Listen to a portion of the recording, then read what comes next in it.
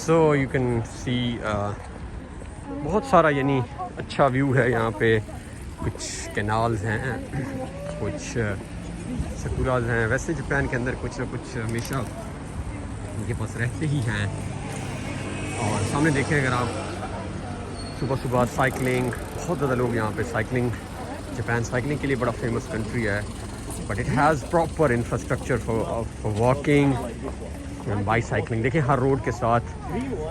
I had a chance to visit some lakes which are like 40 kilometre from my location, but can you believe कि 40 kilometre के साथ cycling infrastructure था।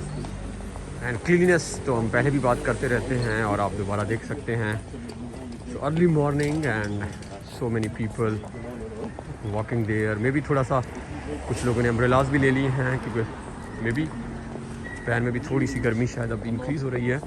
But overall देखें, आप इस तरफ भी देखें, both sides are having proper infrastructure, which is very important for walk. If we want to promote walking or cycling culture, so we have to provide the infrastructure first. Without infrastructure, it's very difficult to convince someone. So on this side,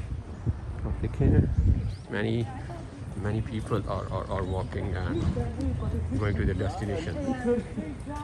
So stay in touch.